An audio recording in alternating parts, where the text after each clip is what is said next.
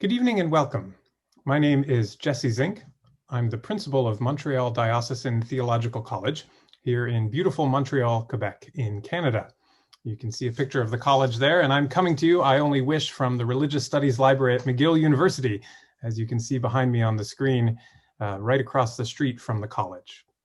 Welcome this evening to this webinar on the Gospel of Mark as part of the Good Book Club. In the next 90 minutes, I hope that we can take a tour through the Gospel of Mark, highlighting some of its structure, some of its key themes, and asking some questions about what this gospel might have to say to us where we are at this particular moment in January 2021. We're using the webinar feature of Zoom this evening, which means that those of you who are used to the meeting function of Zoom, where you can see everyone else on the call, might feel a little bit out of sorts. The webinar function is simply because there's a large number of people signed up for this. It means that I can see who's here. But if you want to get a hold of me during this webinar this evening, the best way to do that is, one of two ways. If you look on your menu bar, you'll see a chat screen. You can type chat messages to me if you have questions or comments, and you can also use the Q&A function, also on the menu bar. If you use the Q&A function, everyone will be able to see your question. I think if you use the chat function, that'll be directed more towards me. And I will try to keep tabs on those as I go through. I also want to say that all of the slides that I'll be using this evening, as well as a recording of this session, will be made available online after this. So if you see things that are going by on the slides that seem interesting to you, you're welcome to write them down, but you can access the slides afterwards at a link that we will send to everyone who is registered for this webinar. Well, let's move on then. I want to begin by talking about the Good Book Club, this thing that brings many of us together this evening. Thegoodbookclub.org is the web address, and if you go there, you'll see a screen that looks something like this. The Good Book Club originates with an invitation from Presiding Bishop Michael Curry, the Presiding Bishop of the Episcopal Church in the United States, and it's an invitation to read a single book of the Bible during a season of the church year. In past seasons, the Good Book Club has read the Gospel of John or the Gospel of Matthew or the Acts of the Apostles, I think. In this season, the season of Epiphany, the season that stretches from, early January right up until the beginning of Lent, the invitation is to read the Gospel of Mark. And that's a great invitation. It's well-timed because the Gospel of Mark is also the Gospel that is appointed in the Revised Common Lectionary. If you attend a church on Sundays that uses the Revised Common Lectionary, you'll be hearing a lot of the Gospel of Mark between now and December. The way the Good Book Club functions is that it brings together a variety of organizations from across the church, both in the United States and Canada, who offer what resources we can choose to offer. And so Montreal Dio, as we're known, is offering this webinar this evening. All of the resources are free. They are in Spanish and in English, and you can access as many of them or as few of them as you want. You can also gather together with groups of people to talk about the gospel as you read it. The core of the Good Book Club is, in fact, reading a book of the Bible. So if you look at that menu bar at the top of this picture, you'll see the tab Readings. And if you click on Readings, you'll ultimately be led to a screen that looks something like this. For each of the days between January 1st and the first, Shrove Tuesday, the very end of the season of Epiphany, there's a passage of the Gospel of Mark to read. You can read it, you can reflect on it with other people, you can use some of the online resources. And I really encourage you, even if you've never heard of the Good Book Club before, or if you've just come here because you wanted to join this webinar, I encourage you to participate in the Good Book Club. It's not too late to begin, and the Gospel of Mark is a great gospel to read through from beginning to end. It's not something we often get to do in church, is read a single book of the Bible from beginning to end, but that's precisely what this invitation in the Good Book Club is. So that's the Good Book Club, and I want to now turn to the main substance of what we're here to talk about this evening, which is the Gospel of Mark. And in our time together this evening, I hope to be able to pose several questions and maybe move towards answering some of those questions. So here they are. First of all, if you read the Gospel of Mark, what do you notice about it? What kind of things stand out at you? This is a great way when you're reading a book of the Bible to begin your entry into understanding that book of the Bible. What jumps out at me? What words are being used a lot here? How is this structured? What kinds of things is this person talking about a lot? So what do you notice if you read the Gospel of Mark? Then we'll try to answer this question. Who was this person who wrote this gospel, who the church calls Mark? And when and why did this person decide to write this gospel? We'll talk about how the gospel is structured. If we can see how a book is structured, that way when we read it, we know kind of where we are in what the author is trying to do. What are some of the key themes of the gospel? This, I hope, will take up most of our time together this evening. There's lots of themes in the gospel. I've picked some that I think are interesting, some that I think recur again and again to talk about this evening. And finally, what questions does this gospel prompt for our Christian living today?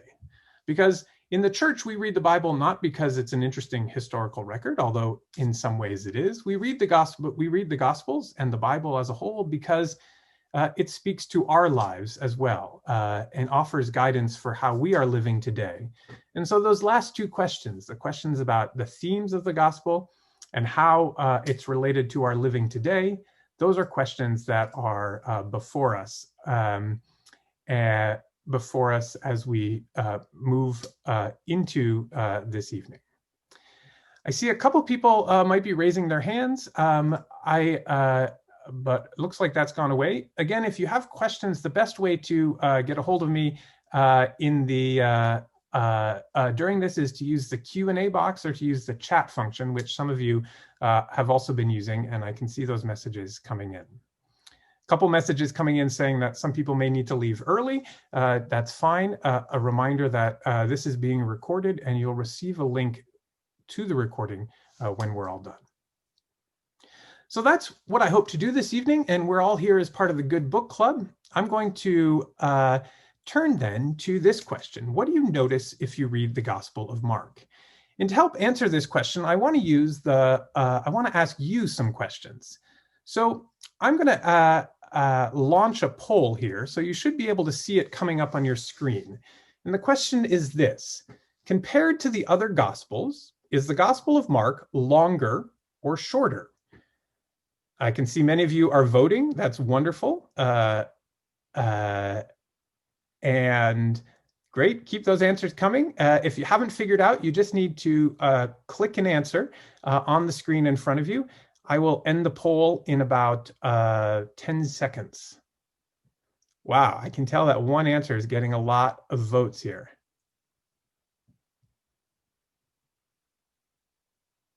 All right, a couple people haven't voted, a couple more votes coming in, I see, but we'll stop there. I'm going to share the results with you.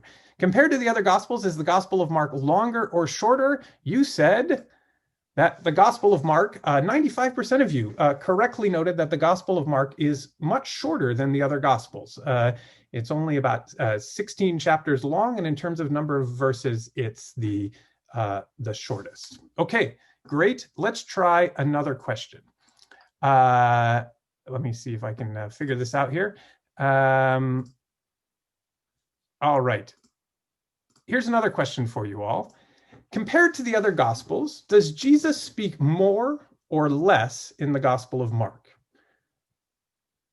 Does Jesus speak more or less in the Gospel of Mark? Great, I can see many of you voting. This one is not quite as overwhelming as the last time. We'll give this about another 10 seconds here.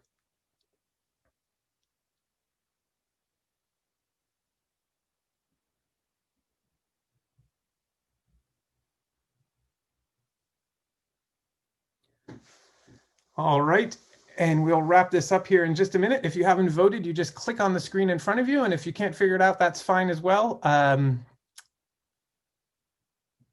All right, so let's stop there and share results. This time, about 60% of you said that Jesus speaks less, and about 40% said more. That's perhaps a slightly misleading question, but the answer I was looking for is less. In some of the other Gospels, Jesus has some very long sermons. The Gospel of Matthew, he has 5 sermons, the most famous of which is the Sermon on the Mount. In the Gospel of John, there's the farewell discourses, which take up chapters 14, 15, 16, and 17. In the Gospel of Mark, Jesus does a lot of stuff, but he only gives 2 extended sermons in chapters 4 and 13. We'll talk about those in a minute. All right, I have another question for you. Which of these scenes, let me launch the poll here. Which of these scenes appear in at least one other gospel, but not in the Gospel of Mark? So Jesus overturning the tables of the money changers in the temple, a narrative of Jesus's birth, and Jesus feeding the multitudes with a few fish and loaves of bread. And I can tell, wow, you guys know your Gospel of Mark. So which of these scenes appear in at least one other gospel, but not in the Gospel of Mark?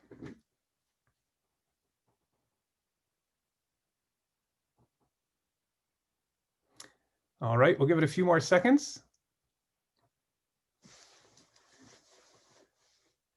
And I'm going to end it there. In the Gospel of Mark, Jesus does overturn the tables of the money changers, as he does in all of the Gospels. Jesus does feed the multitudes with a few fish and loaves of bread, but there is no narrative of Jesus's birth.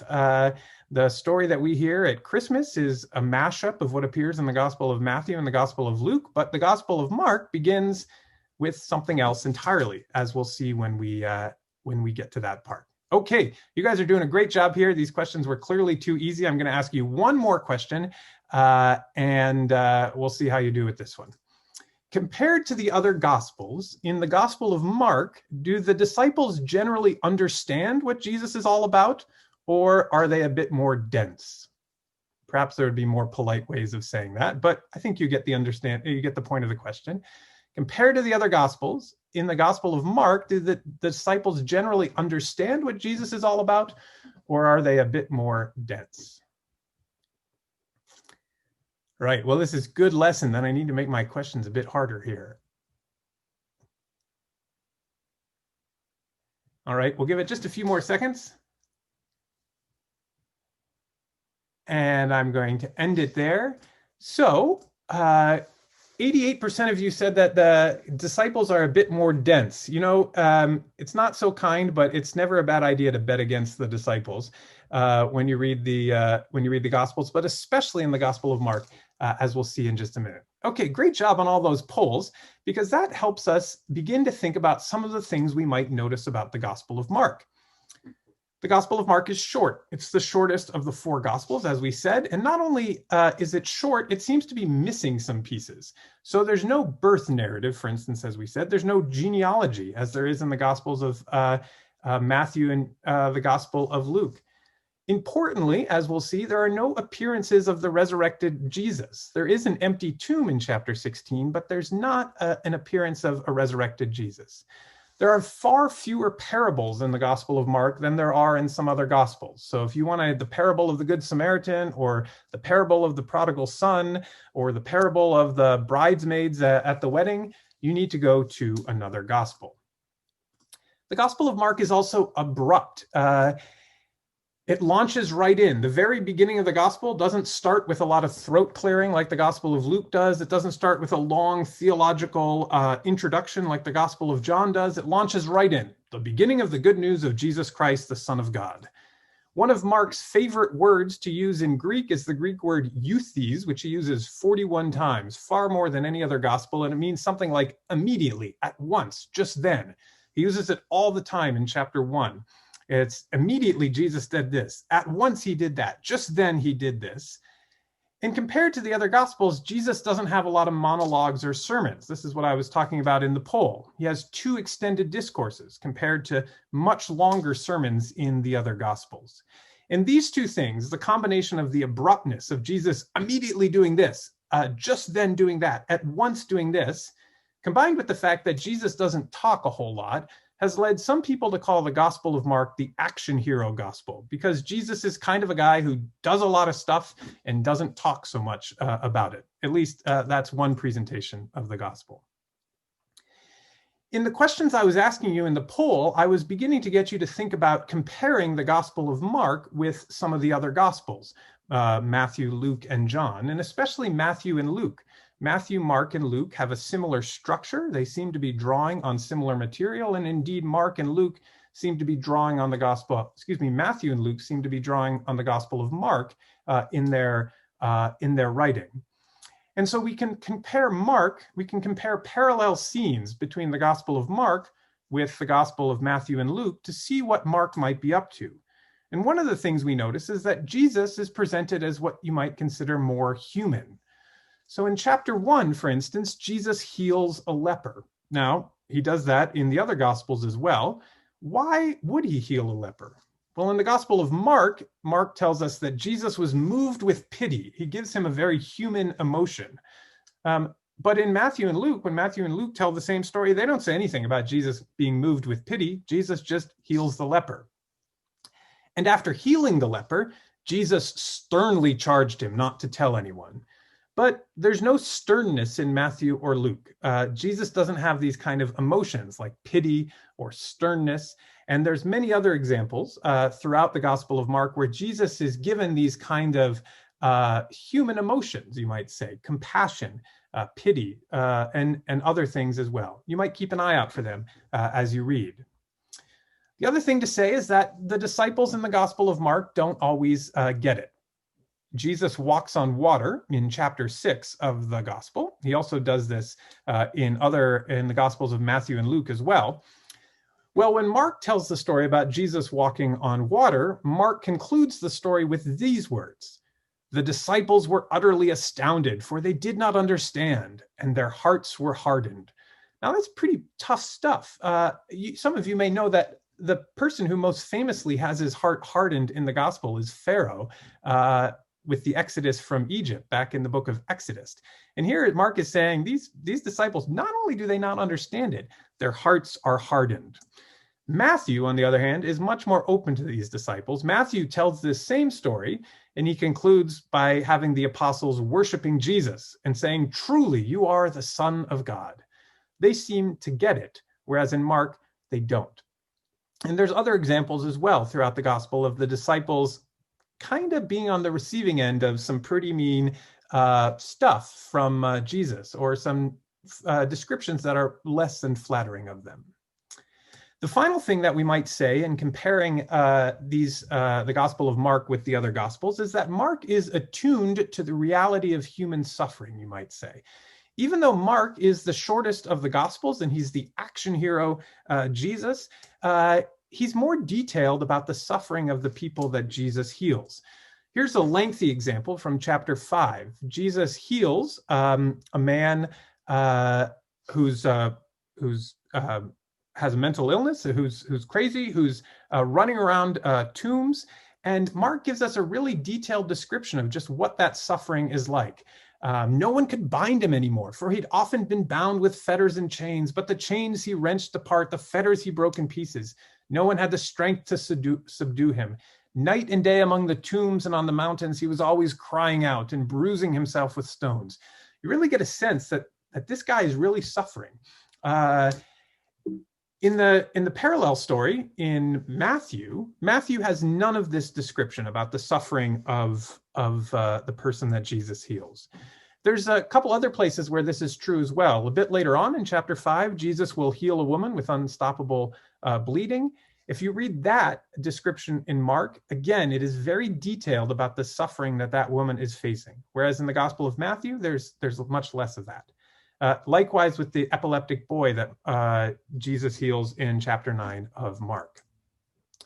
I think you could say that Mark is concerned about the real human condition of people and the suffering that they're experiencing. Not to say that the other gospel writers aren't, of course, but Mark spends a lot of time in a very short gospel talking about this thing and paying attention to it. So those are just a few things you might notice about the Gospel of Mark as you read it.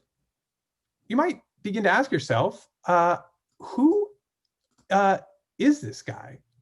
And in fact, is he a guy at all? Who was Mark? Well, I think the most important thing to say right off the front is that the text of the Gospel of Mark frustrates this question. The text of the Gospel of Mark makes absolutely no reference to the author at all. This is in contrast to the Gospel of Luke. The Gospel of Luke, right at the beginning, uses the first person singular pronoun. I decided to do this. The Gospel of John refers to the person who is writing the Gospel. There is no such reference in the Gospel of Mark. The Gospel begins in the wilderness with John the Baptist, and it makes no effort to connect the reality of the wilderness with where the reader is reading this. The other Gospels in some way try to bridge the gap between the reader and the setting of the Gospel. Answering this question is more further complicated by the fact that Mark is not one of the named apostles like Matthew or John, and Mark, or rather Marcus, is one of the most common names in the Roman Empire. So answering this question can be a little difficult. There is a Mark, or more than one Mark, mentioned in the New Testament. In the Acts of the Apostles, there's somebody called John Mark, who is the son of a prominent Christian woman in Jerusalem. He's the co-worker of Paul and Barnabas, and evidently he's the cause of a split between Paul and Barnabas. Also in the first letter of Peter, there's a Mark who is mentioned. Your sister church in Babylon, by which the author of 1 Peter means Rome. Your sister church in Rome, chosen together with you, sends you greetings, and so does my son, Mark. The early church seemed to take for granted that this Mark in 1 Peter was the person who wrote the gospel, that the author of the Gospel of Mark was a follower of Peter. The great ecclesiastical historian Eusebius, writing in the 4th century, so a couple hundred years after Jesus, wrote this: Mark, having become the interpreter of Peter, wrote down accurately, though not in order, whatsoever he remembered of the things said or done by Christ. He followed Peter, who adapted his teaching to the needs of his hearers. So the basic idea is that we have somebody named Mark who maybe didn't know Jesus directly, perhaps knew Paul, perhaps knew Peter, and through one of those or both of them came to hear these stories of Jesus and decided at some point it would be a good idea to write those down. Now, this is just church tradition. As I say, there's no evidence in the text that supports any of this. It seems likely, given the Greek text, that it was written by a single author. So we can probably say that it was one person, and we'll call that person Mark for convenience. We don't know if that person was male or female. Probably given literacy, what we know about literacy in the ancient world, it's more likely that it was a man than a woman. And this evening, I'll use male pronouns to refer to the author of the gospel. But again, there's no evidence that it was written by one man named Mark or who that Mark was. We do have church tradition, and this idea that Mark was associated with Peter, that in some ways this is Peter's presentation of Jesus's story, is something that has long been understood to be the case, but the evidence for it is not always there. The key fact of the gospel is that the author does not want to get in the way of the story that the author is trying to tell. So that tells us something maybe about who Mark is, and I should just say that I see some questions coming in, and those are great. I'm going to pause and try to answer them in just a moment. Thank you, those of you who are using the chat function and the Q&A function. Keep them coming, and I will try to get to them in a moment. If we know something about who Mark is, we might want to still ask the question, why would he feel it's necessary to write something like a gospel? What made him sit down and decide he needed to write this? Up until this point, so far as we know, apparently no one had thought to write something like a life of Jesus in this fashion. The earliest documents that we have in the New Testament are the letters, really the back half of the New Testament, letters like Romans and Corinthians and Thessalonians. The early Christians have been writing letters to one another up until this point, but no one has been writing something like this. The consensus is that the Gospel of Mark was the first of the 4 Gospels to be written, and it was written sometime between the year 65 and 75. So if Jesus's ministry was in the 20s or early 30s, this is a full generation, a generation and a half really, after Jesus's ministry that somebody's deciding to write this. And another clue we get from the text is that in chapter 13, Jesus talks at length about the temple and its destruction. He seems to be, this gospel seems to be written against the background of the Jewish war that took place in 66 to 73, when in fact the Jewish temple was destroyed. So what do we know about this time, 65 to 75? What's going on at this time? Well, it's safe to say that it was a very tumultuous time in the Roman Empire. The Roman Empire was ruled by Nero.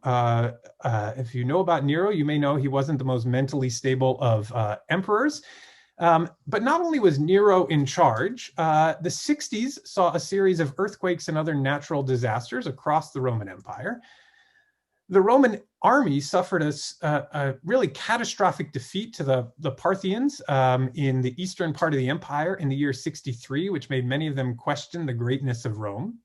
Rome itself burned in 64, while allegedly Nero fiddled, apparently at a fire he may or may not have started himself. And for Christians, Nero began really the first widespread persecution of Christians, partly because he wanted to blame them for the fire.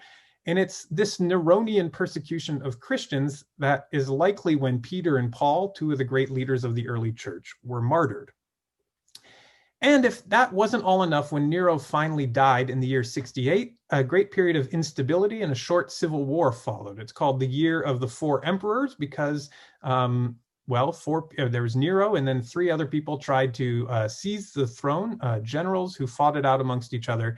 And eventually the Emperor Vespasian landed up on top of the pile. So the Roman Empire is in the middle of great tumult at the time that Mark is sitting down to write something like this. But not only that, Palestine, where Jesus lived, where he had his ministry, it is in a particular moment of tumult as well. The Jewish war is taking place, beginning in about the year 66 and lasting to about 73. The Jewish people in Palestine revolted against Roman rule, and this led to war, including, most catastrophically for the Jewish people, the destruction of the temple in the year 70. This is the temple that the temple had been destroyed once 6 centuries before when the Jewish people were taken into exile in Babylon, but eventually the Jewish people came back to Jerusalem, rebuilt the temple in a story that's told in the books of Ezra and Nehemiah in the Old Testament. And this temple was the place where God was believed to dwell, where the law was held. But in the year 70, Vespasian's son, Titus, conquered Jerusalem and destroyed the temple, leaving what is all that you can see the picture of. Those of you who've been to Jerusalem know the Western Wall that is there today, believed to be the last remnant of the temple. And not only is the Jewish war pitting Jewish people against the Romans, there's also a huge amount of factionalism and division among the Jewish people as they divide about how to respond to the Roman Empire and the Jewish war. There's people who say we should cooperate with the Romans. There's people who say we should rebel. There's people who say we should abstain. There's violence between Jewish communities and Jewish people in Palestine during the Jewish war. So Palestine, at the time that Mark is writing in the 60s, is a divided place. And you can see it is divided between a center and a periphery. The center is urban, above all, Jerusalem. Jerusalem is the center point of Palestine. Economic and religious power are concentrated here, or if not in Jerusalem, in urban centers elsewhere in Palestine. The periphery is rural. We're talking about agricultural areas, a growing number of landless people who, whether through debt or inheritance, have ended up without any land. They are economically poor, and they are religiously excluded. And the Jewish war sees violence. There's violence between urban and rural residents of Palestine. And at times, these rural residents who are leading the uprising against the Roman army decide that they've had it with urban Jewish people as well. So at various points, what we might call rural guerrilla leaders march on the temple in Jerusalem. In the year 67, somebody named John of Gishala routed the Roman Empire and entered Jerusalem triumphantly, urging people to join his revolt. Think about how Jesus enters Jerusalem, not triumphantly, but on a donkey. And Eleazar of Simon, another of one of these guerrilla leaders, leader of a group of bandits known as Lestes in Greek, he came into Jerusalem and he set up his headquarters in the inner temple and said, This is our place now. Again, think about what Jesus does when he goes into Jerusalem. He overthrows the tables of the money changers in the temple, but he doesn't set up camp there, so to speak. So at the time Mark is writing, there are many political divisions in Palestine. The Jewish people are divided amongst themselves. There's a priestly caste offering religious leadership, and they are by no means united. Mark uses the words like Pharisees, Sadducees, and scribes to describe this religious leadership, and they all have different understandings about what should happen in this time. There are urban Jewish people in market centers who are more connected to the Roman Empire, who are maybe doing pretty well from the economic structures they find themselves in. There are rural revolutionaries looking to overthrow the system. There are urbanites, people living in urban areas who are both opposed to Rome. They don't like the idea of Roman rule, but they're also alarmed by all this rural unrest that's taking place. And you have a rural poor that's alienated from the political, economic, and religious power structures of the time and not obviously aligned with anyone. All of this is taking place at the time somebody named Mark, we can say, sits down and says, you know what? I need to write about this guy named Jesus. So Mark is writing a gospel that speaks to people living in his time by pointing back 40 plus years to the ministry of someone named Jesus. And that story that he tells begins not in Jerusalem. It begins not in an urban center that's connected through the Roman Empire. It begins in the wilderness, and then it begins in Galilee. And Galilee is a rural region, it's an agricultural region, and it is a peripheral region to everything that is taking place. Let me just pause there and say, I see a number of questions coming in. So let me see that so there's a question here about why Jesus, going back to the leper example, why does Jesus tell people not to tell anyone? Good question. I'll try to answer that one in just a minute. A question just related to what I was talking about. Did most urban Jews in Palestine speak Greek? Yes, probably. Greek was the lingua franca of the eastern part of the Roman Empire, and that's part of the reason that so much of the New Testament, all of the New Testament, is written in Greek. This is what people are speaking at the time. Another question, why didn't the early Christians merge all the Gospels into one rather than having 4 different ones? Well, I'm afraid you'd have to ask them that question, but I think one thing that points out is that all the Gospels are written at different times and in different contexts. So I'm trying to tell you about the context that Mark is written in. Each of the other Gospels has a story like this as well. And each of the authors, as a result of the context they're writing in, chooses to emphasize different themes about Jesus. And so let's turn then to this question. Why did Mark write? Well, if you want to know why somebody wrote something, you can look at how they began it. Again, the beginning of this gospel is this, the beginning of the good news of Jesus Christ, the Son of God.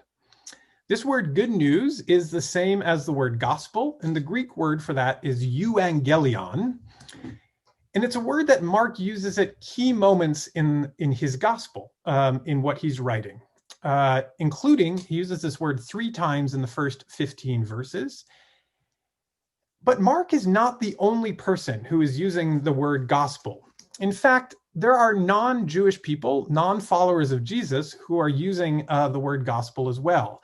One of the most famous of these comes to us from an inscription carved in stone from the base of a statue discovered in a place in modern-day Turkey that dates to 9 BC. So several generations before Mark is writing, and it's about the Emperor Augustus. And what this inscription says, it's long, I've just given you a little bit of it here, is this: since he, Caesar Augustus, by his appearance exceeded the hopes of all former good messages, i.e. all former euangelion, surpassing all previous benefactors and not even leaving to posterity any hope of surpassing what he has done, and since the birthday of the god Augustus was the beginning of the good news for the world that came by reason of him, so on and so forth, therefore we dedicate this statue to Augustus.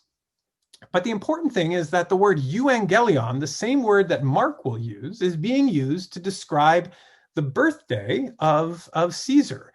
is being used to describe the great triumphs that are associated with Caesar Augustus, the first emperor of the Roman Empire. So Mark is deliberately using a word that is used that has political connotations in the Roman Empire. We have no evidence that Mark knew of this inscription, but this inscription might tell us something about how this word is used. Mark, therefore, places his euangelion, the euangelion of Jesus, the good news of Jesus, in opposition to the Roman imperial ideology. It's not Augustus who's the Son of God. It's not Augustus where good news comes from. It's Jesus where good news comes from.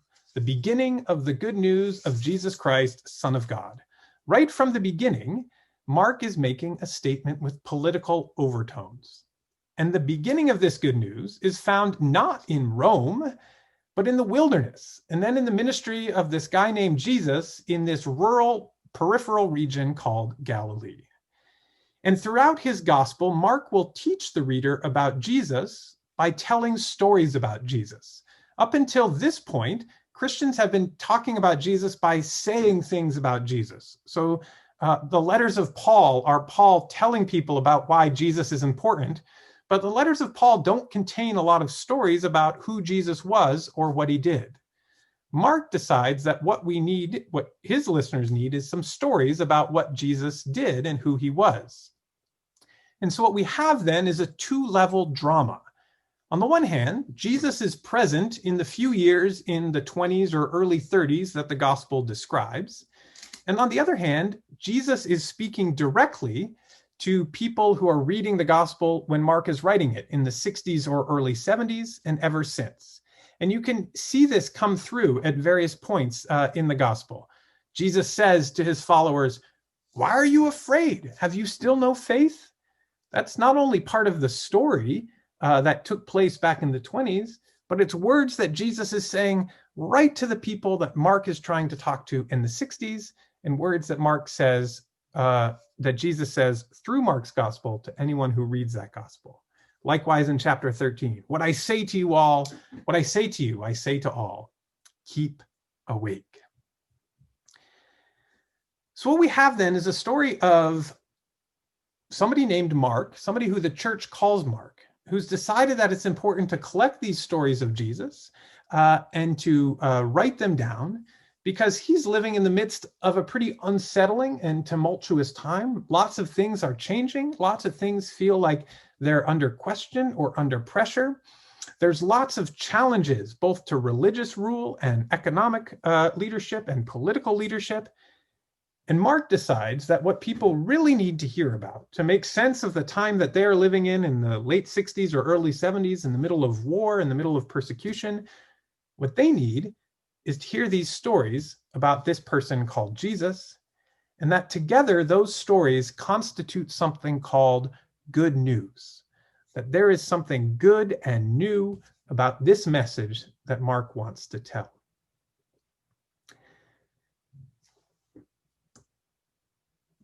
We're going to get into what some of the content of that message is, but I want to tell you about the structure of the gospel.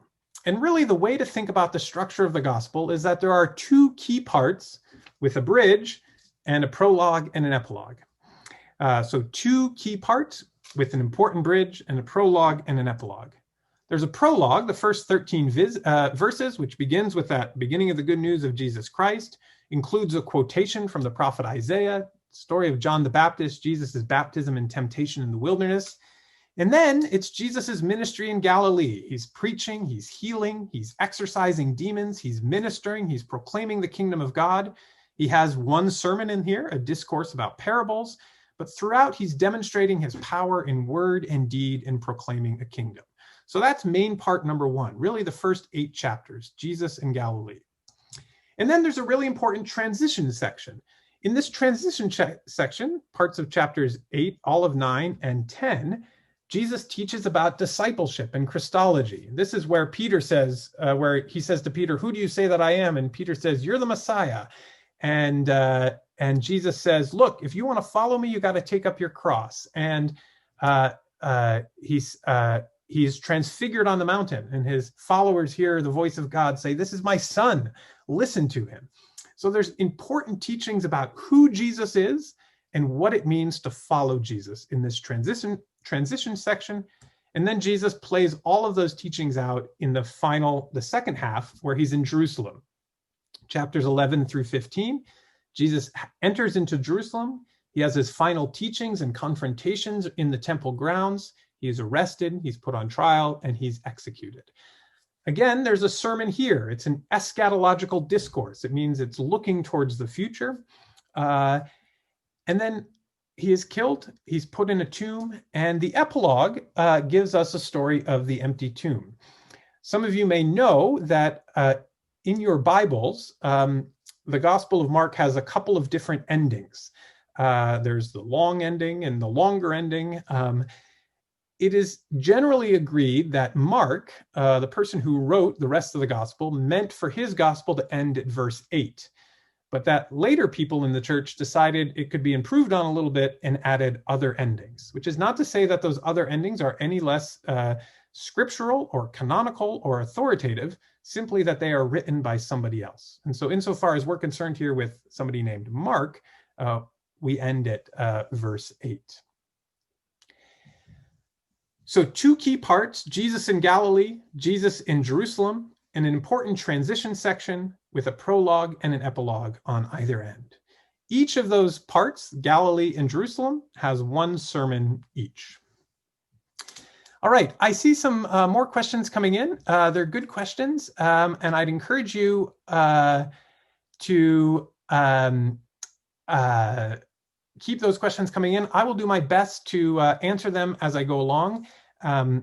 And I'd encourage you to, if you have questions, to type them into the screen. Because of the number of people here this evening, I'm not going to be able to call on everyone who raises their hand. So the best way is through the chat function and the Q&A function. All right, so we've talked about who Mark might be, why he was writing a gospel, when he was writing a gospel, the context in which he was writing it, and then the structure. In our remaining time, I want to talk about some of the themes that run throughout the Gospel of Mark. Again, there are many themes that we could talk about. My idea in this next section is to give you some things to keep in mind as you read the Gospel of Mark in coming weeks, words and phrases you might want to look out for. So, one of the first themes is this. In the Gospel of Mark, who is Jesus? And one way to answer this question is, what titles does Mark give to Jesus? What does Mark call Jesus? Well, one of the most noteworthy is the Greek word Christ, which is a Greek translation of the Hebrew word Messiah. The Hebrew word Messiah means the anointed one. Mark uses the word Christ 7 times, and each one of these times is carefully chosen. He uses it right from the top, the beginning of the good news of Jesus Christ, the Son of God. So, and there are other points. I'd encourage you, as you're reading, to look for that word Messiah or Christ and think about where Mark is using it. So, Jesus is the Messiah. That's one of the answers Mark gives. And as you can see from verse 1 there, he is the Son of God, which is another title that Mark gives to Jesus.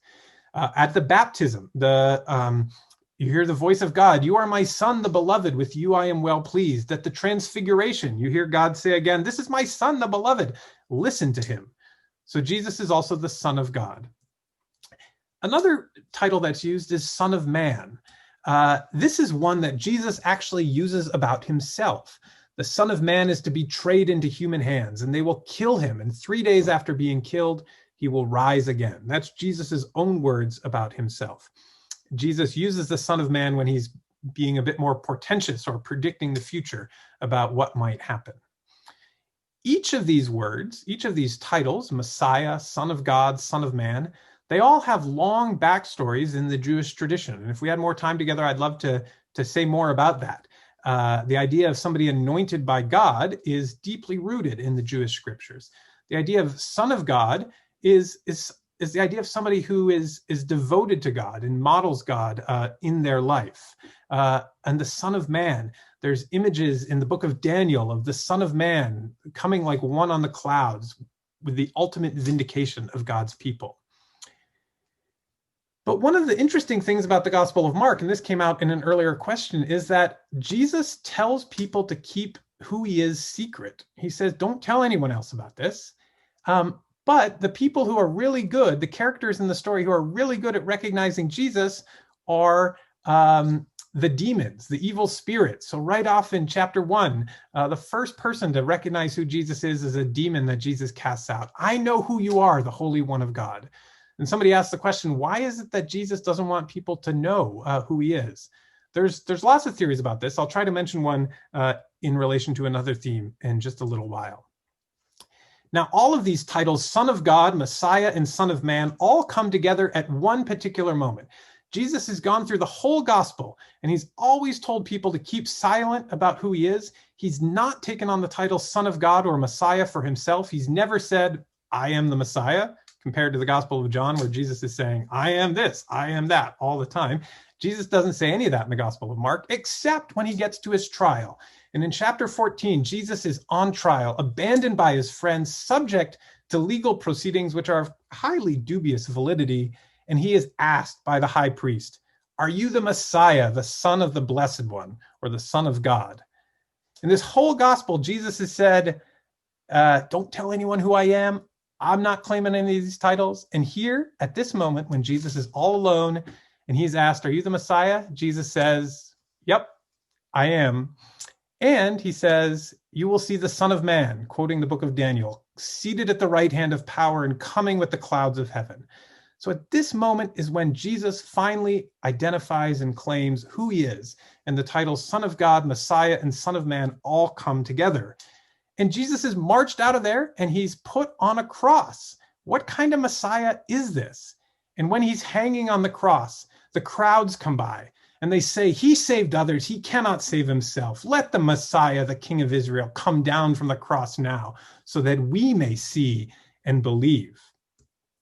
And then the centurion, just a few verses later, when Jesus dies, the soldier at the foot of the cross, he sees that Jesus has breathed his last, and it's the centurion, the Gentile of the Roman occupier who says, I get it. This man was God's son. What the crowds don't understand, and what the centurion does understand, is that it is precisely when Jesus is on the cross that he is most truly the Messiah. Jesus can claim the title of Messiah when he is on trial because that is when he is most fully God's agent in the world. And that is when he is God's son. And I just want you to note in those two passages I've put up there, note the use of the word see. The crowd say, so that we may see and believe. And it's the centurion who sees Jesus and recognizes it, who he is. And that's another theme in this gospel, the theme of sight. Mark is often talking about people seeing, including right there on the cross. Recall the structure of the gospel, those two main parts, Galilee and Jerusalem, and that key transition section where Jesus does all of his teaching about who he is. In that teaching section, in that transition section, Jesus links his status as Messiah to his suffering and ultimately to his vindication. But that transition section is bracketed by two stories of Jesus healing blind people. In the first, Jesus meets a blind person and he puts some saliva on the eyes of the blind man, and the healing is kind of gradual. The man says, I can see people, but they look like trees walking. And so Jesus has to try again and succeeds in healing the man. And then he goes into talking in this transition section. And then at the end of the transition section, it concludes with the healing of a man named Bartimaeus. Bartimaeus recognizes Jesus and says, Jesus, Son of David, have mercy on me. And this time the healing is immediate. No saliva is needed. Seeing and believing are closely related. At the beginning of the transition section, the reader didn't really know who Jesus was because Jesus hasn't done all of his teaching yet in the transition section. So it's sort of like seeing Jesus. Yeah, I can see people, but they sort of look like trees walking. But by the end of that transition section, when you've heard Jesus say what he has to say about what it means to follow him, then the healing is immediate. Sight should be immediate. Bartimaeus gets it. Mark is showing us what kind of Messiah Jesus is, so that we may see and we may believe as well. And once we have seen who Jesus is, we can follow in the way of the Lord. That's what Bartimaeus does. Bartimaeus immediately regained his sight and followed him on the way. The way is a key theme of the Gospel of Mark, although unfortunately, in some English translations of the Bible, the Greek word is not always translated the same way. So in the New Revised Standard Version, they'll sometimes say way and sometimes say journey. But you still might want to keep an eye out for when the word way is used. It's used right at the beginning when Mark quotes Isaiah. See, I am sending my messenger ahead of you who will prepare the way, the voice of one crying out in the wilderness, prepare the way of the Lord, make his paths straight. This is a gospel about following the way of the Lord. This Isaiah passage at the beginning of the gospel is about God leading the Israelites out of exile 600 years before Jesus and back to Jerusalem. Now it's Jesus who is leading the people of God on the way out of Galilee and towards Jerusalem. The key difference, though, is that when the Israelites were returning from exile 600 years earlier, it was a triumphal journey. This journey of Jesus is a journey of rejection, suffering, and death. That's what Mark thinks it means to be the Messiah. The way of triumph is the way that leads through the cross. And Jesus will say this explicitly. If any want to be my followers, let them deny themselves and take up their cross and follow me. That is not a metaphor. That is what Jesus thinks it means to follow him. I see more questions coming in. I'm going to pause in just a minute, but let me talk about one more theme here because it's related to this whole group of themes I've been talking about. Is the theme of what does power look like in the Gospel of Mark? Well, remember that the Gospel of Mark is written at a time when who has power is being contested. There's the Roman Empire, there's the Jewish rebellion, there are divisions among Jewish people as well. But one thing that's common among all of these people is that the visions of what power looks like are similar.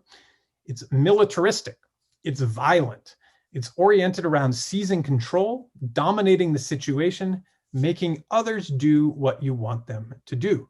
That's what everybody thinks power is like. Well, what does Jesus have to say about power? I think the first thing to note is that Jesus's closest followers are not immune from this understanding of power. In that transition section in chapters 8, 9, and 10, two of Jesus's closest followers, James and John, have a request for Jesus. They say, hey, Jesus, grant us to sit, one at your right hand and one at your left in glory. We want to be right there with you. We want to be where the power is. And the other disciples get upset because they hear what's going on. And Jesus says, you know that among the Gentiles, those whom they recognize as their rulers lord it over them, and their great ones are tyrants over them. But it's not so among you. Whoever wishes to be great among you must be your servant, and whoever wishes to be first among you must be slave of all. For the Son of Man came not to be served, but to serve, and to give his life a ransom for many. Power for Jesus comes not from being a tyrant or lording it over other people, but it comes from service and giving up his life. And we see this again in Jesus's trial in chapter 14. When Jesus is on trial in chapter 14, Mark stresses the unjust and arbitrary nature of the exercise of human power. And I'd encourage you when you get to chapter 14 to really slow down in reading, slow down in reading the whole gospel. But in chapter 14, it's interesting how Mark tells us about how people are making up stories against Jesus. And even though those stories don't agree with one another, somehow they're good enough to convict Jesus. There's unfair procedure. It's highly unusual that Jewish people would be having a trial in the middle of the night. There's abuse, physical or otherwise. This is what state violence and persecution look like from the perspective of the victim. It's a confused situation. It's a confusing situation. It's punitive. It's isolating. And ultimately, whatever lies are told, whatever unfairness is happening, power will get its way. This is what Jesus's trial looks like. It's that what power looks like from the perspective of the person who is the victim. And it's in this situation that Jesus says, I am the Messiah. It's only when he is alone, when he is stripped of all of his power in the middle of a nightmare with no hope of life or a happy ending, that Jesus gives up the secrecy and declares who he is. He is asked, "Are you the Messiah?" And finally he says, "I am." And so that might make us think about why Jesus, back in the earlier parts of the gospel, is telling people, hey, don't tell anyone I'm the Messiah. Often that happens when Jesus heals somebody or exorcises a demon, and people go off and try to tell somebody, and Jesus says, wait, don't tell anyone. And some people think that the reason Jesus doesn't want other people to find out is that he doesn't want them to think that being Messiah is about having some great power, the power to cast out demons or heal people or feed multitudes. He wants them to understand that the power of the Messiah is not a power where he's stronger than other spirits or evil forces in the world. It's a power that can only be confirmed when it seems that all other power has been taken away. We can only understand the power of God in Christ when every possibility of power has been taken away. And there's good news here. This is gospel truth here. It's important for us to remember that the kingdom of God cannot be dethroned because of pain, disaster, human failure, or oppression. And imagine if you're reading the Gospel of Mark in the 60s in the middle of the Jewish war, what this message would sound like. God is not where you thought God was. God is not what you thought God was. There are people in the Jewish war, people like John of Gishala and Eleazar of Simon, who are marching on Jerusalem, claiming the temple and saying, God is on our side. This is a holy war, and we are going to defeat those Romans. Mark says, nope, God's not there. God's not what you think God's like. God is here in this trial of Jesus. And God's power is made perfect in this moment of abandonment. This, perhaps, is what it means when Jesus says in chapter 10, the Son of Man came not to be served, but to serve, and to give his life a ransom for many. If we can understand what Mark is trying to tell us about Jesus, we can be set free from our fantasies about power. Many people think about power that God's power is like ours, only bigger. That somehow God is a kind of force multiplier. And if we get on God's side or God gets on our side, God will make sure that we prevail in the world. That's not what Jesus tells us God's power is like. Some of us also cling to the fantasy that once we have power, we need to cling to it at all costs. We cannot let it go because who knows what will happen. Jesus frees us from that fantasy as well. That's not where God is. That's not what God's power is like. God's power is like something else. It's like this power that comes right here in this moment of total abandonment and rejection and betrayal, for God to say, I'm the Messiah right here. Let me pause there because I see more questions coming in. I see a question. A couple of questions. One is about apocalyptic imagery, the idea that, quoting the book of Daniel, that something will be revealed in the future. What is it that Mark wants to be revealed? Just hold on to that, and we'll try to get to that in just a moment. Also a question, just a reminder, I see a question to remind you that this recording and these slides will be posted online, and everyone who's registered for this will receive a link afterwards. So some of you I can see from the notes from the chat screen are taking notes. That's great. You're welcome to do that, but all the slides will be posted later. And one final question I see here as well, is beginning in the wilderness a prototype of ending on the cross? Great question. And the short answer is I don't really know. But I think it is important that this story begins in the wilderness. It doesn't begin in Jerusalem. It doesn't begin in Rome.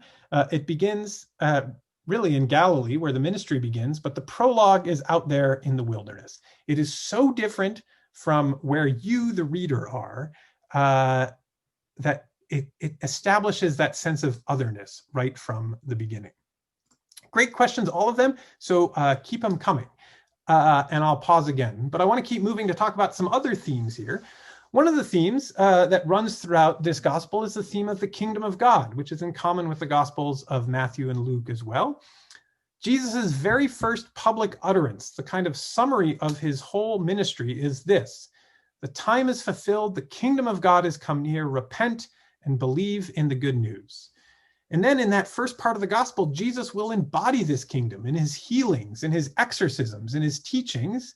And if we had more time, I'd love to tell you more about all those healings and exorcisms and how he's embodying the kingdom, but keep an ear out for that while you're reading. But let me say something about who Jesus chooses to hang out with, who it is who tends to be in the kingdom. One of the things that's characteristic of this first part of the gospel is that Jesus is surrounded by crowds. You hear this all the time, like in chapter 5. A large crowd followed him and pressed in on him. Now, Mark, when he was writing this, had a couple of Greek words to choose from in describing a large group of people. And he chose to use the Greek word aklos to talk about these crowds. And that's interesting because the word aklos is best probably translated as something like mob or rabble.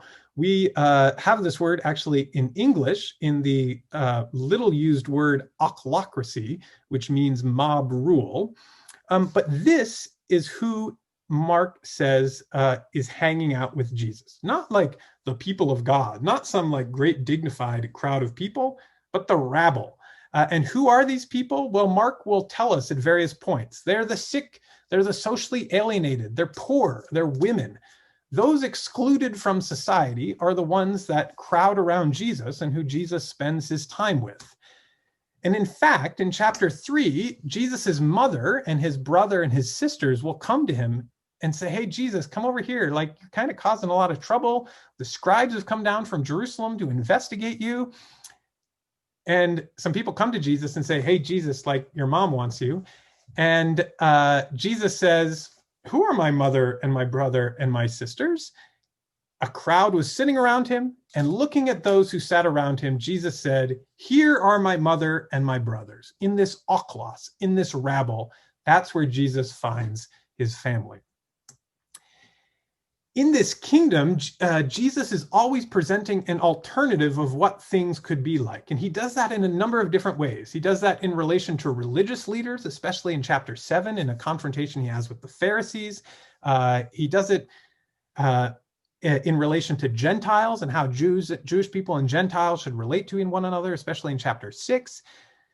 He also does it in relation to economics. And I just want to tell you a little bit about this as well. So you're probably familiar with the story of Jesus feeding the multitude. Jesus actually does it twice in the Gospel of Mark and in some of the other Gospels. But the first time he does it is in chapter 6. Jesus is in a deserted place, but no surprise, he's been followed by a large crowd, and perhaps not surprising either, they're hungry. And not surprising from what we know about how Mark portrays Jesus, Jesus had compassion for them because they were like sheep without a shepherd. And the disciples, well, they're practically minded people. They see this hungry crowd and they have the market on the mind. They say, send these people away so that they may go into the surrounding country and villages and buy something for them to eat, buy something for themselves to eat. Now, there's a couple of problems with this. First, they're in a deserted place. So it's not like there's a lot of villages around.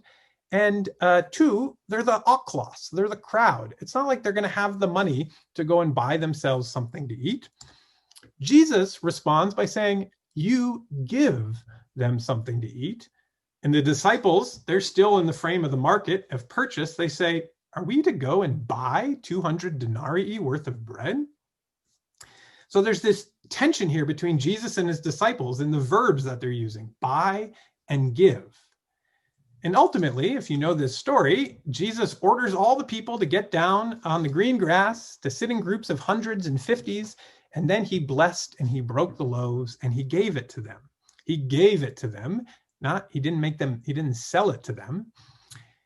And there's many ways of interpreting this story. Some of you might be familiar with the interpretation that, by getting them together in groups, Jesus got them to share amongst each other. There's no textual evidence to support that view. And again, this is the oklos. It's not like they got a lot of food anyway.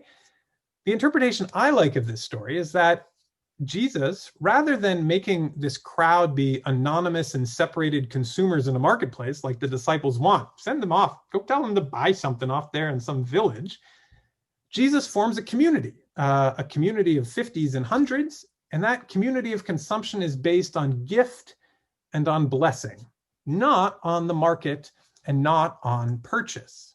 And what's the result? All ate and were filled. They were satisfied. In the etymological meaning of that word, they had had enough. Not that they had way more than they needed, but they had enough. They were satisfied. This is part of what Jesus's kingdom looks like. It's an alternative economic understanding of how things should look. And we can see that distinction really clearly in the conversation that Jesus is having with his followers. Give, buy, give, buy. Okay, guys, I'll give, but let me bless first. This is what the kingdom of God looks like. And this is what following in the way of Jesus means. It means following in the way of Jesus's kingdom. And I'm just going to summarize a couple things here, because if we had more time, I'd say more about all of these things.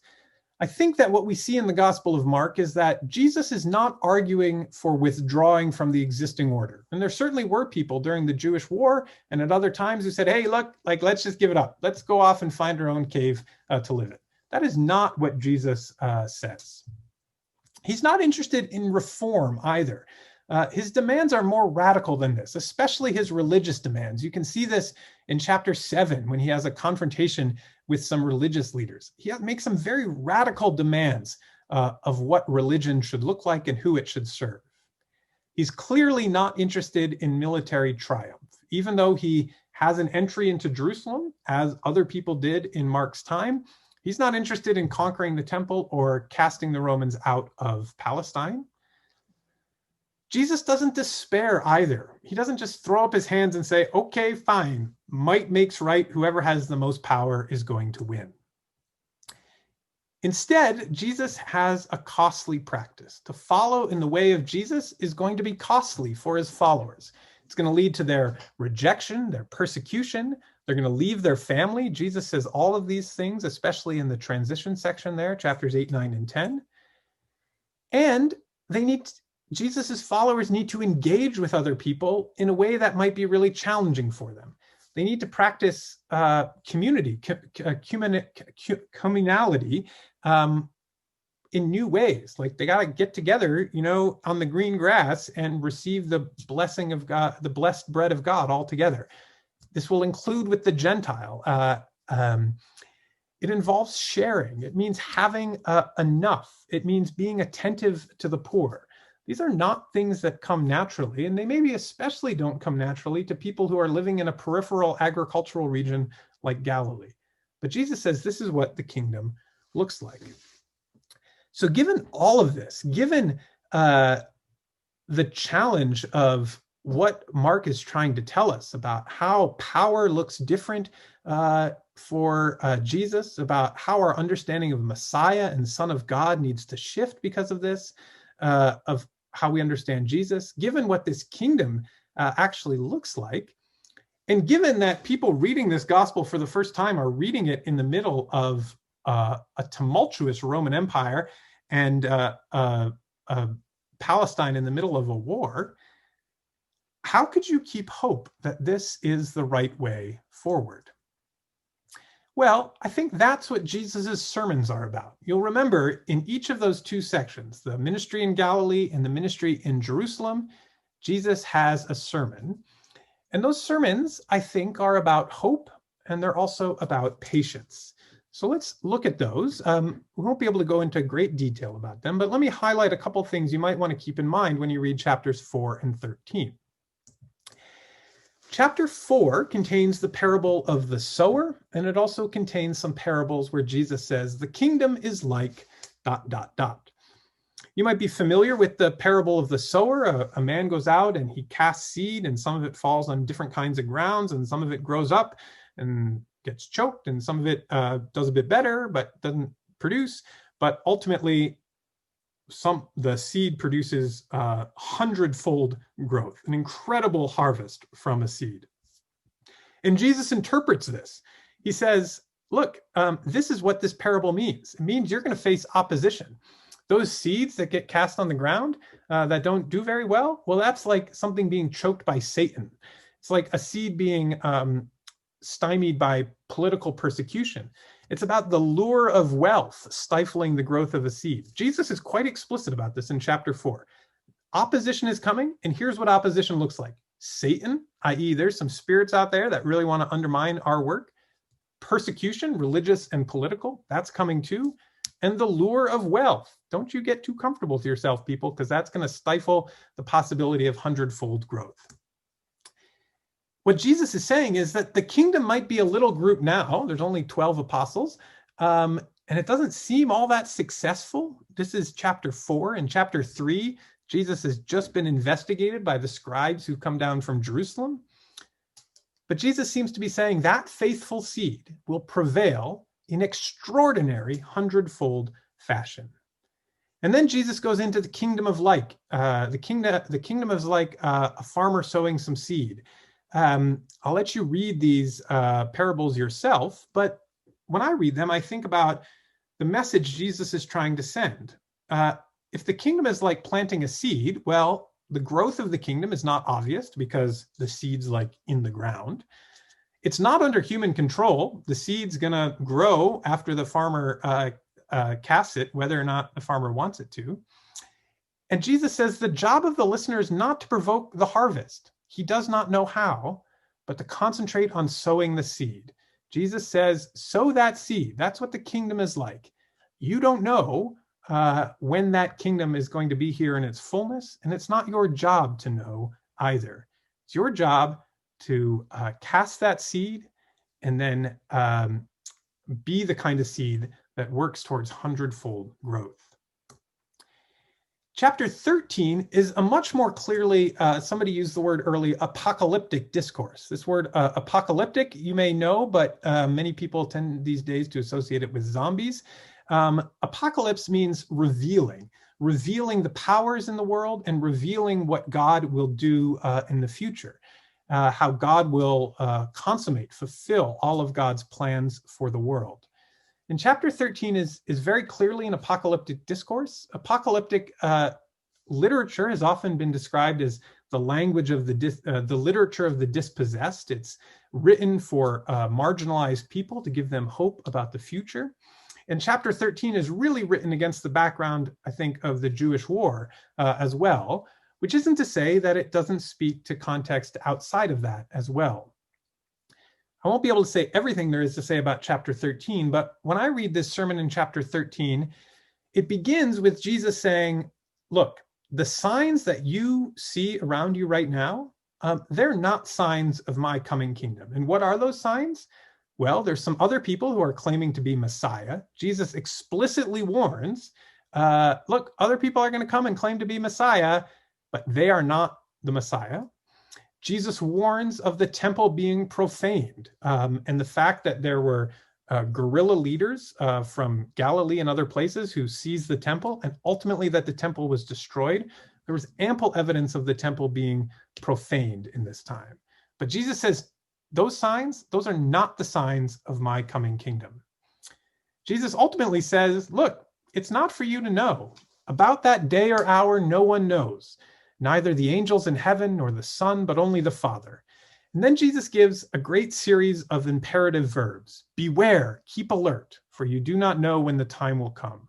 And it's like a man going on a journey. When he leaves home, puts his slaves in charge, each with his work, and commands the doorkeeper to be on watch. Therefore, another imperative, keep awake, for you do not know when the master will come in the evening, or at midnight, or at cockcrow, or at dawn. And what I say to you, I say to all, keep awake. And in fact, Jesus's followers are going to have an invitation to do this in just a minute, because in chapter 14, they're going to go into the Garden of Gethsemane with Jesus, where he'll say to them, keep awake. And they will go through the evening and midnight and cockcrow and dawn, which is when Jesus is arrested and tried and led away to Pilate. And they'll have an opportunity to stay awake with him, and they won't. But that's the invitation to the reader. Beware, keep alert, keep awake. So what is Jesus trying to say in these sermons when he's looking to the future? I think one thing he's trying to say is that, like a farmer waiting for the harvest, the followers of Jesus are on a timeline. God has planted the seed, and the full realization of the kingdom has not yet happened. But They know about the kingdom because Jesus has been telling them about it. Jesus has announced that the time is fulfilled and the kingdom of God is drawn near right back in chapter 1. But that's not the final coming of the Son of Man in glory, which Jesus promises will happen, especially in chapter 13. So how then are the people who follow Jesus to live? How are they to respond to this, especially given everything that is going on around them? Well, I think one thing is patience. Change is not quick and it's not triumphal. You need to find the right soil and you need to let the kingdom grow. The other thing is hope. You see opposition to this kingdom message. My kingdom message experiences all kinds of opposition, Jesus is saying, but this is just the sowing of the seed. The harvest is not yet here, but the harvest is coming. You can be confident that the harvest is coming. So how do followers of Jesus live now? They should be alert. They should be attentive. They should be awake. Don't compromise on what Jesus has taught so far, but continue to teach it, continue to live it, continue to share it, continue to be this kingdom so that this harvest may come. That's this theme of forward-looking hope, but also forward-looking patience that Jesus is trying to share in these sermons. And that leads to the final theme that we can talk about this evening, which is what you might call the good news of human failure. Because the Gospel of Mark ends with moments of human failure. Peter, Jesus's closest follower, the very last thing we see of Peter in the Gospel of Mark is this. Jesus has been on trial. He has confirmed himself to be the Messiah. He has said, I am the Messiah. And almost exactly at the same time out in the courtyard, Peter is saying, I am not his follower. When Jesus says, I am, Peter says, I am not. And the last we see of Peter in the gospel is the cock crows, and Peter remembers what Jesus had said to him, before the cock crows twice, you will deny me 3 times.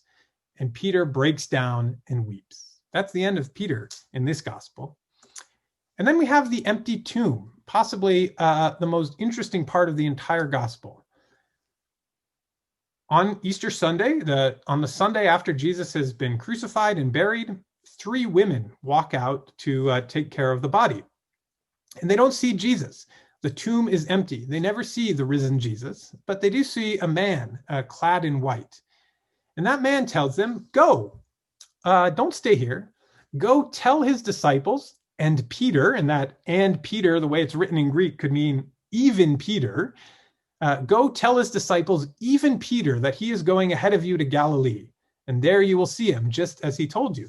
Hey, great news, right? Jesus isn't dead. He's not here in this tomb. Even Peter needs to hear that Jesus is there and he's back in Galilee. Hey, let's make tracks for Galilee. There you will see him, just as he told you. But that's not how the Gospel of Mark ends. The Gospel of Mark ends in this way. So they, the women, went out and they fled from the tomb, not for Galilee, for terror and amazement had seized them. And they said nothing to anyone, for they were afraid. And that, it seems, the consensus is, that's where Mark meant for the gospel to end. As I said, there are longer endings, but this is where the gospel is meant to end. And not only that, it ends in an unusual way. The closest equivalent, it doesn't come across in many English translations, but the closest equivalent is it sort of ends with, like, ending with a preposition, a sentence. It concludes in a very unusual and unresolved fashion. It's maybe like ending it with an ellipsis, like 3 dots at the end. They said nothing to anyone, for they were afraid, ... It's sort of like you finish a book, you're like, wait, is there another page here? Nope, that's where Mark means the gospel to end. So what is Mark trying to tell us about what's going on here? Well, there's a tension then at the end here between what the narrative tells us and what we know to be true. In the narrative, Peter's last scene in the gospel is of him in tears. But we know, because we have the perspective of history, as would have Mark's readers, that he became a leader in the church and was martyred for his following of Jesus. And in the narrative, the women run away and tell no one, but we know they must have told someone, because the story got told to Mark and the community he was writing to. No one in this story succeeds. Not Jesus, really, not Peter, not the women, but the gospel, the euangelion, the beginning of the good news of Jesus from back in verse 1, that succeeds. And we know this because there is a community that is reading this gospel, that Mark is writing this gospel for, and there is a community that is reading this gospel now. The community that is reading the Gospel of Mark in the middle of the COVID-19 pandemic as part of the Good Book Club. And there have been countless communities reading the Gospel of Mark in the 2,000 years in between. The good news succeeds regardless of what human failure gets in the way. And so that might lead us back to this idea of the Gospel of Mark, or is it the Gospel of Peter? No one thinks that Peter wrote the gospel, but perhaps it presents a kind of Peter view of Jesus's ministry. Because what we read in this gospel is that Jesus's promises in the gospel and God's action will overcome any human failure. God's action is made known through imperfect followers, but God's action will overcome that human failure. The gospel will triumph in the end, the good news. But there's no ultimate victory for Jesus. We don't see him vanquishing his enemies or coming again in glory. And that's how Christians live now, whether at Mark's time or at our time. Christ will come again in glory, so we live with hope and patience now as people of the kingdom that he will bring. So is it a gospel of Peter? Well, Peter was not a perfect apostle, but he was a typical one. He repeatedly misses the point of what he witnesses, and he is exemplary in his wrongness. But the gospel concludes with the young man telling the women, "Go tell his disciples, and even Peter, to meet the Messiah in Galilee." And so what the gospel does at the end is it sends you right back to the beginning of the gospel. And so you are meant to read this gospel, not one time, although I hope you read it all the way through as part of the Good Book Club. But once you get to the end and you hear the young man say, "Hey, go back to Galilee," you can return to chapter 1 and the beginning of the good news of Jesus Christ, the Son of God, and the ministry of Jesus in Galilee, and his exorcisms and his healings and the alternative kingdom that he preaches, and the aklos and the people he surrounds himself with. And you can hear him say, "The Son of Man came not to be served, but to serve." And you can internalize that message, and you can hear that message, and you can hear how it is, see how it is played out in Jesus's trial, where that service comes to full fruition on the cross, and we recognize what the Messiah and who the Messiah truly is.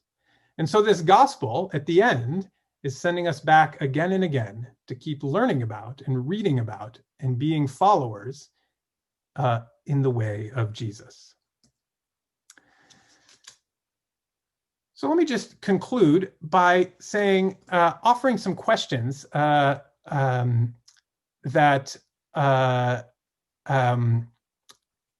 might help us think about Mark now and how we can read this gospel now.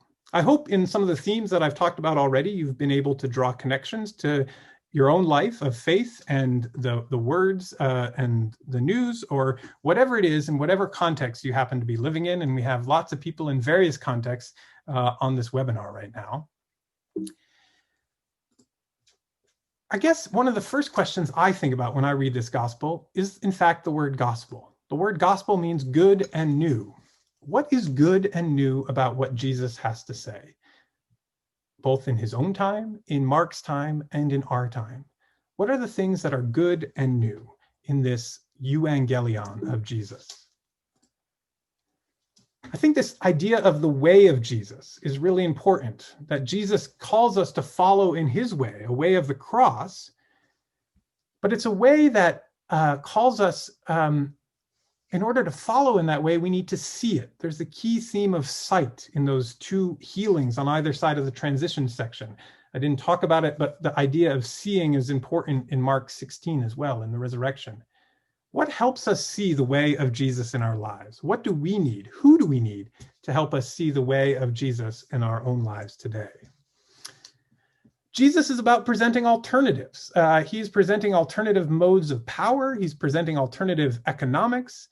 what alternative model of living do followers of Jesus present to the world now? Do, in fact, we present an alternative model of living to the world now? Is there a different kind of alternative model we could present?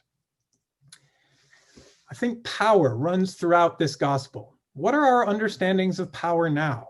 How are these similar or different to those of Jesus in the Gospel of Mark?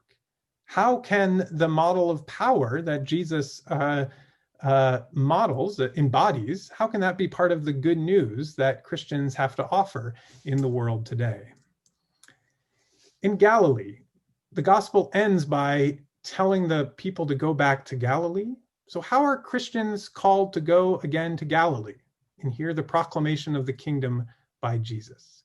What does it mean? Where are the Galilees in our world today? Where are the peripheral regions, the excluded regions, the regions where people are suffering? And how, when Christians go there, do they hear good news of the kingdom of Jesus? Well, there are many, many, many, many, many more things we could say about the Gospel of Mark, but our time is almost over here. I want to just take one more break to say, to just check in with the questions again. So let me just run through these one more time. A couple of questions about who is this good news for, and who's being left out. I think that's an interesting question, and I've tried to present some of the context and the who we think Mark was writing for. But one of the claims that Christians make is that these Gospels, although they may have been written in a particular context, like every other work of literature throughout history, that these Gospels speak to many more contexts than that. And that's certainly a view that I endorse. But I think in order to understand how these Gospels speak to our context, it's important to understand how they speak to particular other contexts. And I'll just say that one of the hardest things for me is that I don't come from a dispossessed or a peripheral place. You know, I have a job with a salary and a roof over my head at night. Some of the people that Mark was writing for and the people that Jesus was spending his time with might not have been in the position that I am in today. There is apocalyptic parts of this gospel. And I said earlier that apocalyptic literature is the literature of the dispossessed. I am not among the dispossessed. And that means I think it's especially incumbent on me to really think in different ways about the message of Jesus and what it means for the people that Mark is writing to. And then when I've tried to understand that, to then think about how it is that I can live it from the position that I am in right now. I see a couple of other questions. Some of them are particular, a little bit too specific. I'll just answer one more. Can you comment on the importance of the Transfiguration to the Gospel of Mark? Well, the Transfiguration comes right in the middle of that transition section. Jesus is saying all kinds of things like, take up your cross and follow me. The Son of Man came not to be served, but to serve. All these challenging things. And it's in the middle of that the voice of God booms out, hey, this is my son, listen to him. So just in case you thought, well, maybe Jesus, I don't have to listen to that really tough stuff about the cross. The Transfiguration comes right in the middle of that transition section and says, hey, listen up, because this is the guy who is telling you what I want you to hear. I see some other comments as well, comments of thanks for this session. I'm glad that it's been valuable to you. Nothing would make me more happy for all of you who are telling me in the chat screen that this has been helpful to you than to go to the Good Book Club, goodbookclub.org, download the readings and start reading. You know, if you haven't done it, you're only a couple chapters behind. You can catch up real quick. If you're part of a church, gather people together in your church and read that gospel together. Click on the resources tab of the Good Book Club and find the other things that are happening across the church. This video will be posted online. Share it with your friends. We don't care. It's totally free. So what is next? Read the Gospel of Mark. Nothing would make me happier than for all of you to read the whole thing from front to end. Use these slides, this recording, other online resources. You'll get a link in your email tomorrow. We really take evaluation seriously here at the college. I would love it if you could all go to montrealdio.ca/mark and fill out a very brief evaluation form so we can continue to improve our offerings. We have a couple of other online courses like this coming up later this semester, including one on the origins of the Anglican tradition. If you're interested in that, there's information on our website. The Good Book Club is entirely free, and people from across the church offer what they have to make this thing work. But we would also love it if you could support our ministry. So if this is valuable to you, go to montrealdio.ca/support. Give us a tax-deductible contribution of any amount so that we can continue to offer things like this well into the future. As you can see, there is so much to learn and so many wonderful things to learn about Scripture, about our tradition, about our history as Christians, as we all seek to follow in the way of the Lord. But we are over time, and so I want to say thank you to all of you for being part of this. We've had a great group of many people from a wide number of dioceses across the church in the United States and Canada. goodbookclub.org. Look for these slides in this video in your inbox. Please evaluate us, montrealdio.ca/mark. Thanks so much. Have a great evening, and happy reading of the Gospel of Mark.